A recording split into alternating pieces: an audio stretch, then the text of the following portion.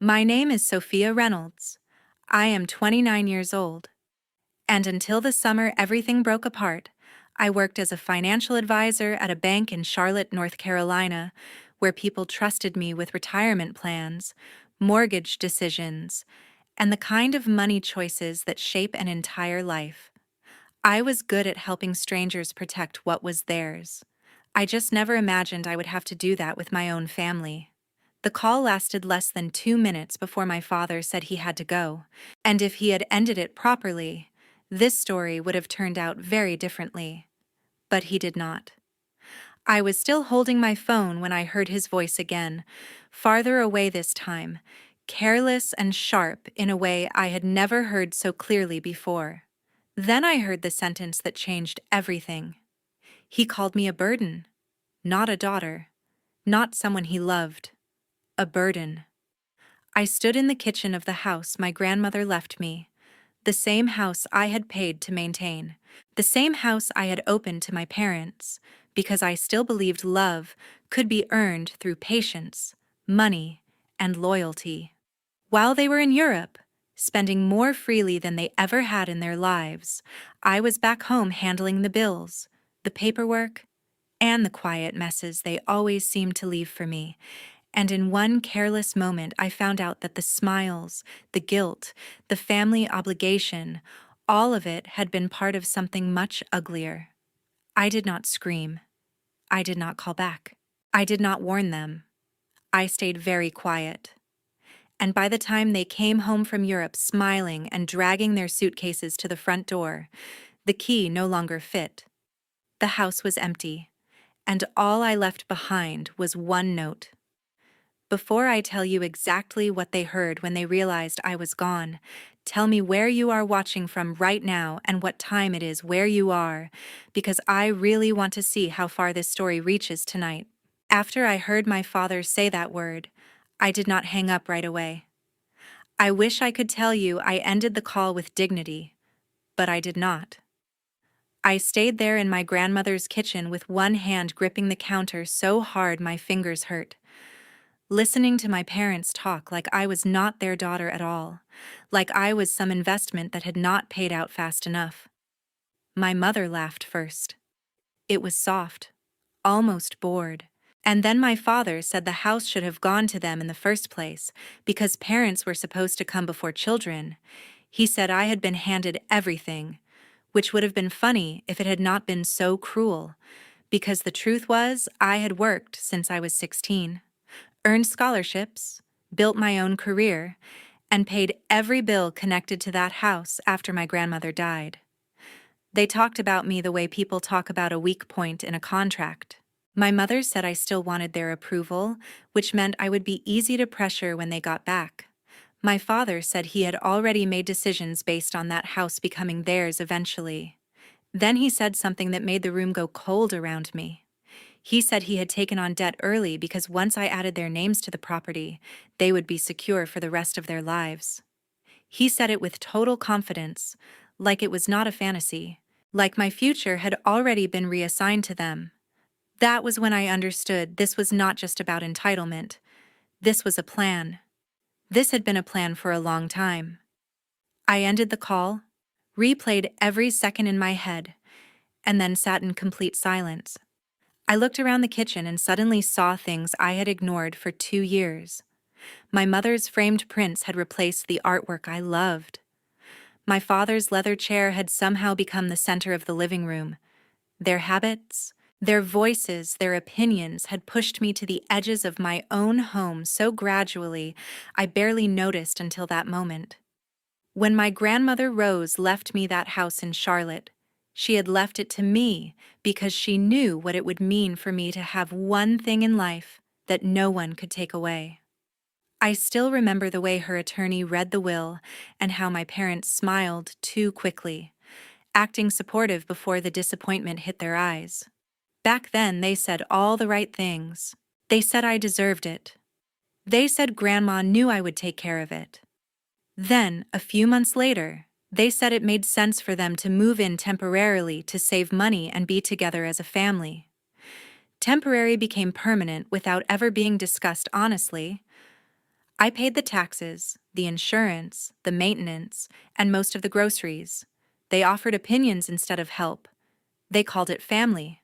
I called it love because I wanted to believe that was what it was. Now I finally knew better. That night I did not cry the way I thought I would. I felt hurt, yes, but underneath the hurt was something colder and steadier. It was clarity.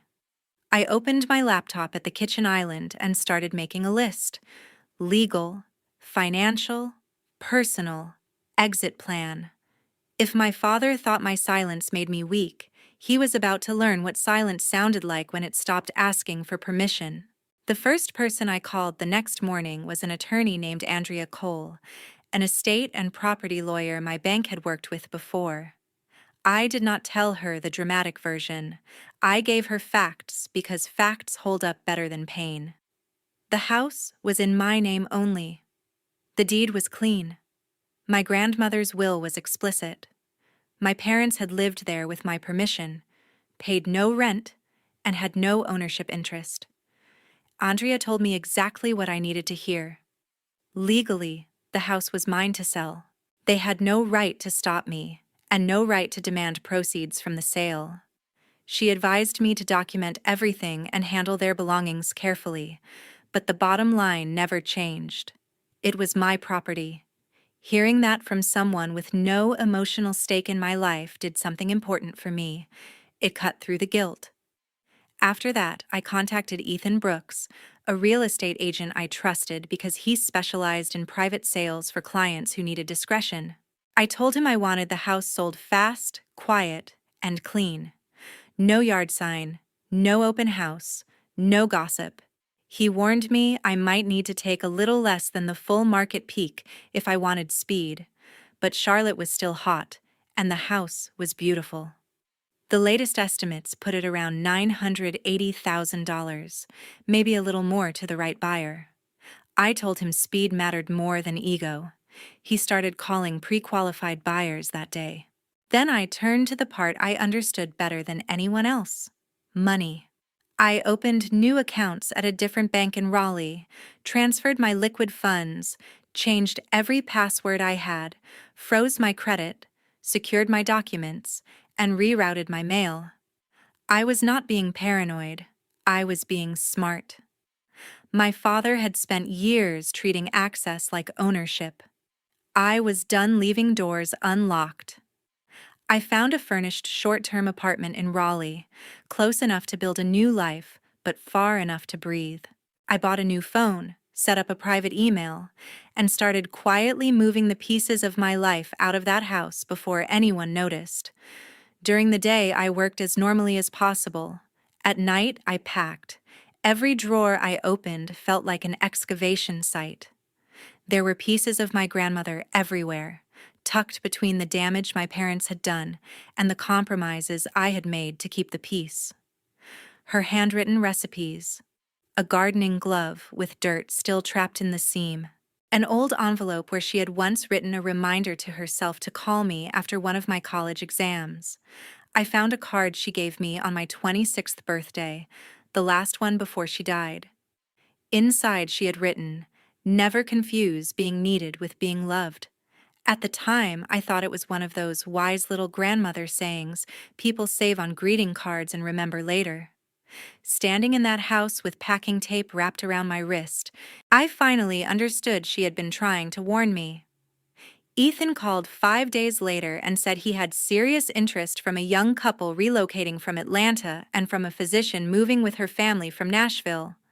Both wanted quiet deals and both could move fast.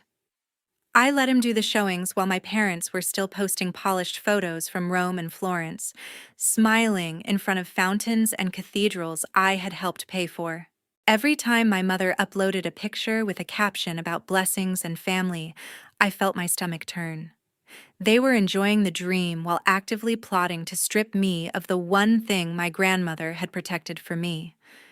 Ethan got the offers within the week. One was strong, the other was stronger and cleaner. I accepted the cleaner one without hesitation. We scheduled the closing for a few days before my parents returned from Europe. Timing mattered. I did not want a confrontation in the driveway, or a screaming match in front of buyers, or one more chance for them to manipulate me face to face. I wanted their confidence to survive right up until the second it collapsed. While the sale moved through the final steps, I handled the part that felt cruel until I remembered what they had planned for me. I hired movers. I inventoried everything in the house.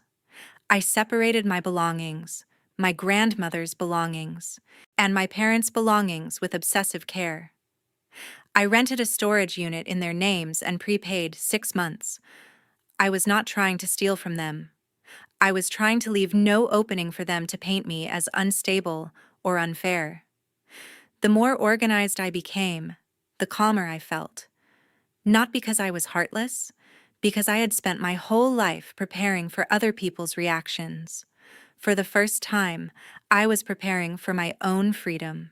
The closing happened on a bright Thursday morning that should have felt bigger than it did. I wore a navy blazer, signed every page I was handed, answered the title officer's questions, and kept my voice steady even when the address was read aloud. I had lived in that house with my grandmother, then without her, then with two people who slowly taught me what love looked like when it came with calculations hidden underneath it. By the time the final document was signed, the money was already in motion and the property was no longer mine. I expected to feel grief first. What I felt was relief. Relief so deep it almost embarrassed me. Ethan hugged me in the parking lot and asked if I was okay, and I told him the truth. I said I would be. Then I drove straight back to the house to meet the movers. That part was harder. Not because I doubted my decision, but because every room held a version of me that had tried too hard. The dining room where I hosted holiday dinners and did all the shopping while my parents criticized the food. The front hall, where my mother once told a neighbor she was so proud of the family home without ever acknowledging it was mine. The upstairs bedroom where I had sat awake more nights than I could count, wondering why being a good daughter never seemed to be enough. I supervised the movers for hours. My furniture, clothes, work files, personal keepsakes, and everything from my grandmother that had been left specifically to me went onto one truck headed for Raleigh. My parents' clothes, documents, photo boxes, and bedroom furniture went into the other truck headed to storage. I left nothing damaged and nothing behind by accident. I even had the movers label the bins clearly so my parents would have no excuse to claim confusion later. Once both trucks pulled out, the house became strangely quiet, like it was holding its breath with me. I walked from room to room one last time. The place looked bigger empty. Cleaner, too. In the kitchen, I stood at the island where I had first heard my father call me a burden, and I let myself feel everything I had pushed aside while planning. I felt the humiliation. I felt the anger. I felt the heartbreak of realizing that some people only love what they can control. Then I took a long breath, reached into my bag, and pulled out the note I had written the night before. I had gone through several versions. None of them felt right until I stopped trying to sound clever. In the end, I wrote 2 words in plain black ink: bye. I placed it in the center of the kitchen counter where no one could miss it. I locked the front door, dropped the keys through the mail slot, and got in my car. As I pulled away from the curb, I looked at the house in the rearview mirror exactly once. My grandmother had given me more than property. She had given me a chance to choose myself when the time came. I did not fully understand that until I turned onto the highway and kept driving toward Raleigh with no intention of coming back. The first night in my temporary apartment felt surreal. It was small, quiet, and completely unfamiliar, but every inch of it belonged to peace. No one commented on what I ordered for dinner. No one asked invasive questions about my savings.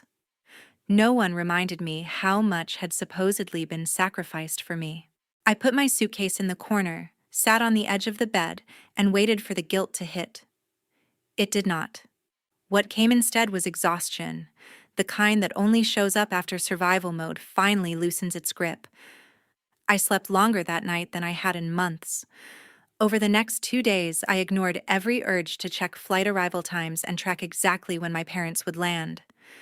I knew when the moment came, I would hear it.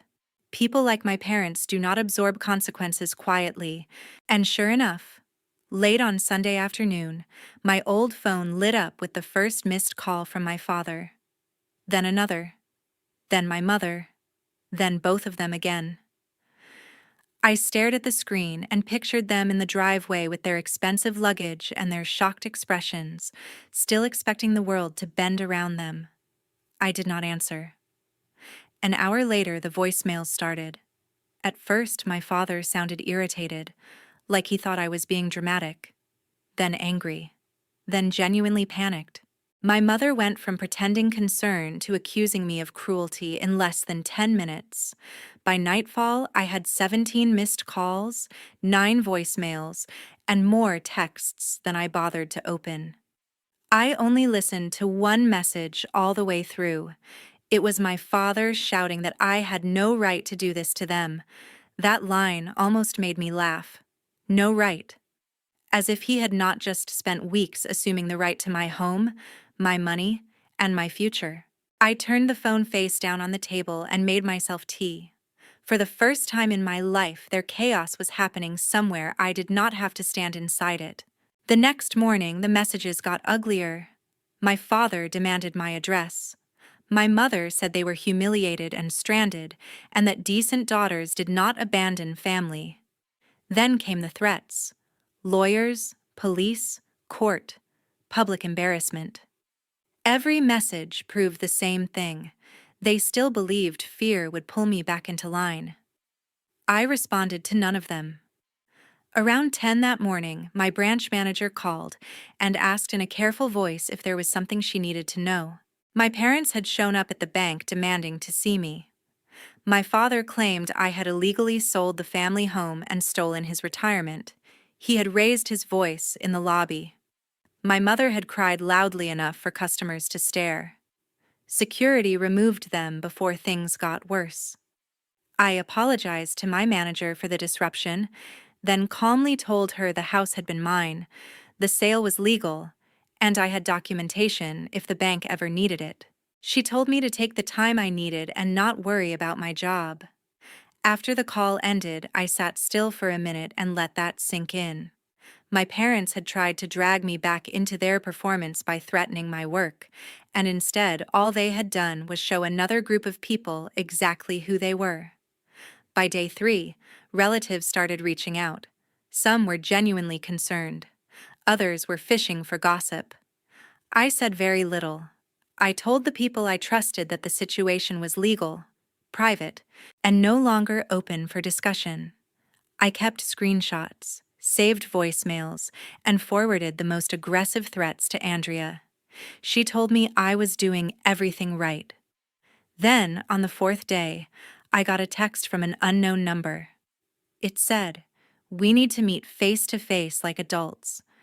That told me the number was my father's long before he confirmed it in the next line. He wanted to meet at a coffee shop in downtown Charlotte.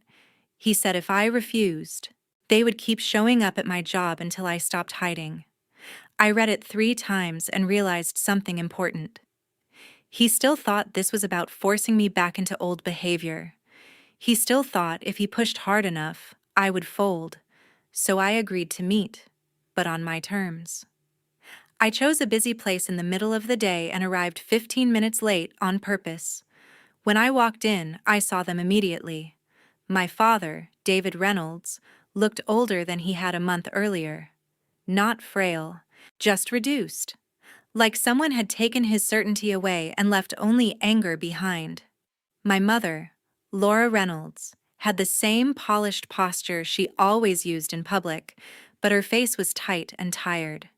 They had never looked more like strangers to me. I stayed standing for a second after I reached the table.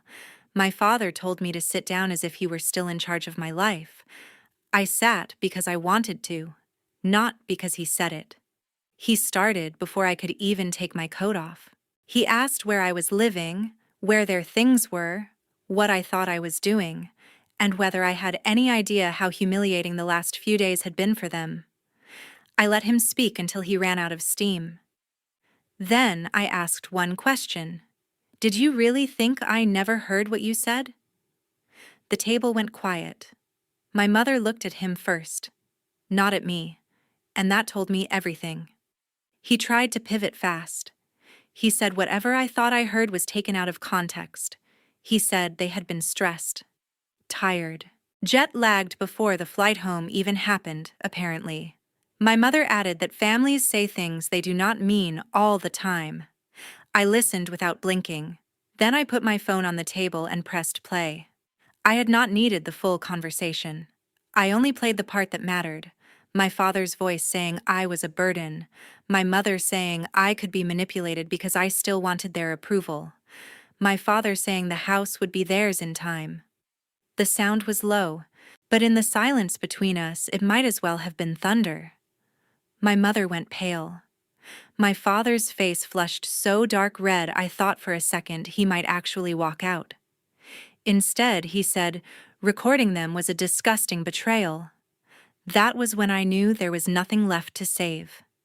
People who are sorry sound sorry. People who are caught sound offended.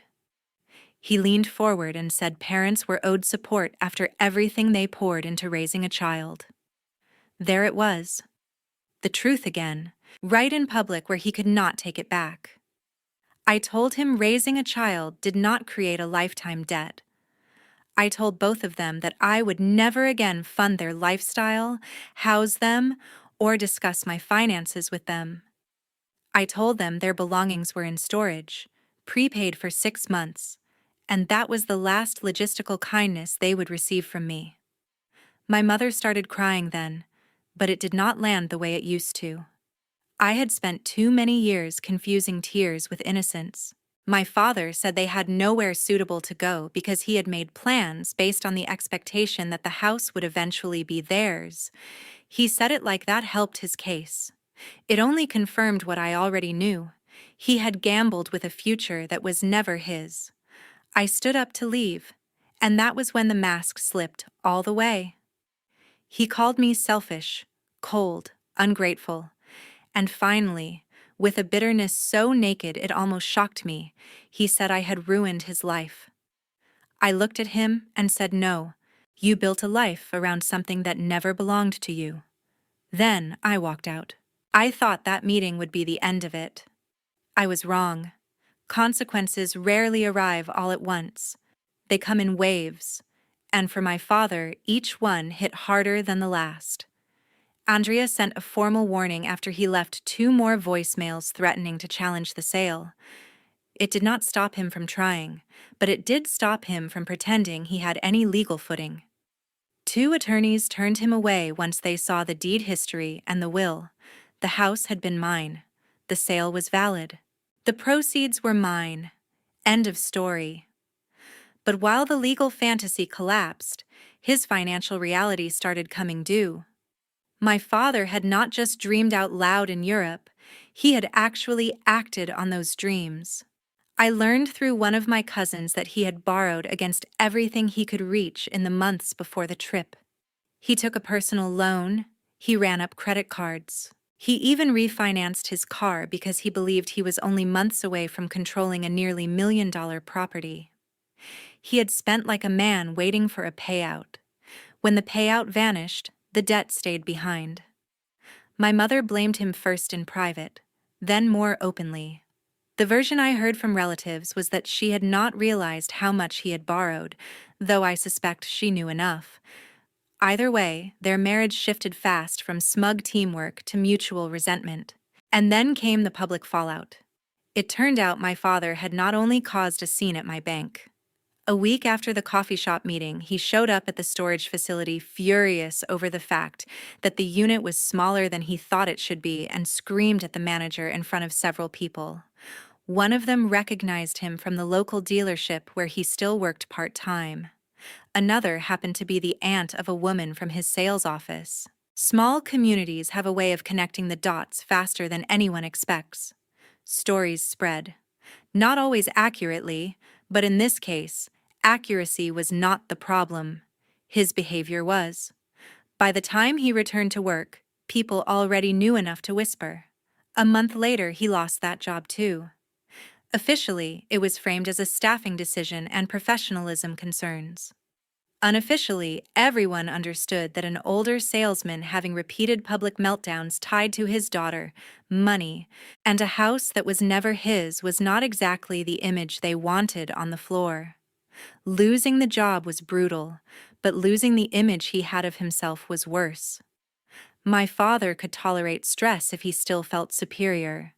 What he could not tolerate was being exposed as weak, reckless, and dependent on the very daughter he had called a burden.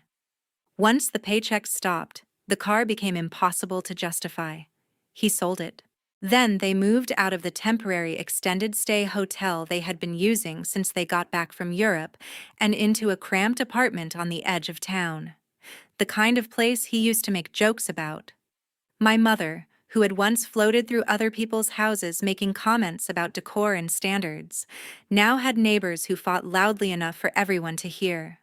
I know this because one of the women in my grandmother's old church, a woman I had not spoken to in over a year, called me one Sunday and said with obvious satisfaction that my parents had been seen carrying discount furniture up a narrow stairwell.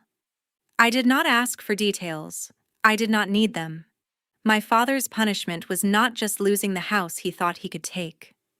It was being forced to live inside the truth of who he was, without a better story to hide behind. He had called me weak because I still wanted approval. But in the end, I was not the one who built a whole future out of manipulation and borrowed money. I was not the one begging reality to bend after it refused.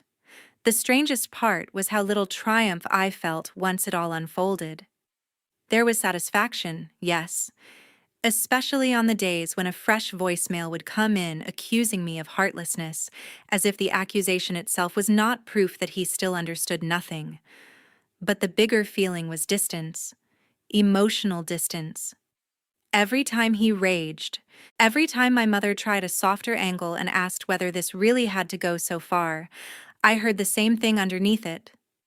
They still believed my job was to make their lives easier. I never answered. Silence had done more in a month than years of explaining ever had. I poured my energy into my work in Raleigh, into therapy, into rebuilding routines that belonged only to me. I bought groceries without guilt. I slept through the night. I learned what it felt like to make decisions that did not begin with fear of someone else's reaction. Around Thanksgiving, my mother sent a message that almost got through to me. Not because it was sincere, but because it was written well. She said families break and heal all the time and that pride had destroyed enough already. She said my father was depressed, that the apartment was small, that they had made mistakes. But I was still their daughter. Then, in the final paragraph, she asked if I would consider helping with the security deposit on a better place since I had more than enough after the house sale. That was the moment any remaining softness went cold. Even at the edge of their collapse, they were still trying to build a bridge back to my wallet. I deleted the message and went for a walk. The air was cold, the sky was gray, and for the first time in months, I smiled without forcing it. My father had once believed my silence would protect him because it meant I would keep absorbing everything quietly. Instead, my silence became the thing that cost him every illusion he had built his future on. A year later, I was living in a townhouse in Raleigh with white kitchen cabinets, too many plants, and a piece I still sometimes stopped to notice on purpose. I had been promoted at the bank, not because my personal life made me stronger in some dramatic movie way, but because I was finally thinking clearly all the time. I was no longer splitting my energy between my work and the constant emotional management that came with having manipulative parents in my home. Clarity is good for a career. So is sleep. So is not being drained by people who confuse access with love. Somewhere along the way, my story started shaping my work in a different direction. I began noticing how many young clients, especially women, came into financial decisions carrying family pressure they could not quite name. Parents who wanted to be added to accounts. Partners who pushed them to co-sign things they did not understand. Relatives who framed control as closeness. I recognized the look in their eyes because I had worn it for years. So I pitched an idea to my branch manager and started hosting free evening seminars called Money Boundaries and Family Pressure. I kept the language practical, not dramatic. We talked about property rights, debt, emergency funds, co-signing, digital security, and the difference between helping someone once and becoming their long-term plan. But the deeper lesson underneath all of it was simpler. Love that depends on access to your money, your home, or your fear is not healthy love. One Thursday night after a seminar, a young woman stayed behind while everyone else left. She was probably 23, maybe 24, and she stood near the refreshment table twisting the sleeve of her sweater until I asked if she was okay. She started crying almost immediately. Not loudly, just the kind of crying that happens when someone has been holding a truth in for too long. She told me her parents wanted her to take out a loan in her name to save their business, and had been calling her selfish for hesitating. She said she loved them and did not know how to say no without feeling like a bad daughter. I listened, then told her something I wish someone had told me years earlier. Protecting yourself does not make you cruel. Boundaries are not punishment, they are information. They teach people where you end and where their entitlement has to stop. She hugged me before she left, and after the door closed behind her, I stood there for a minute thinking about my grandmother, about how she had seen the pattern before I did, about how one house, one sentence overheard on a phone call, and one decision to stop explaining had changed the entire direction of my life. I do not hate my parents. That surprises people when I say it, but it is true. Hate keeps a person tied to the thing that hurt them. What I feel now is acceptance.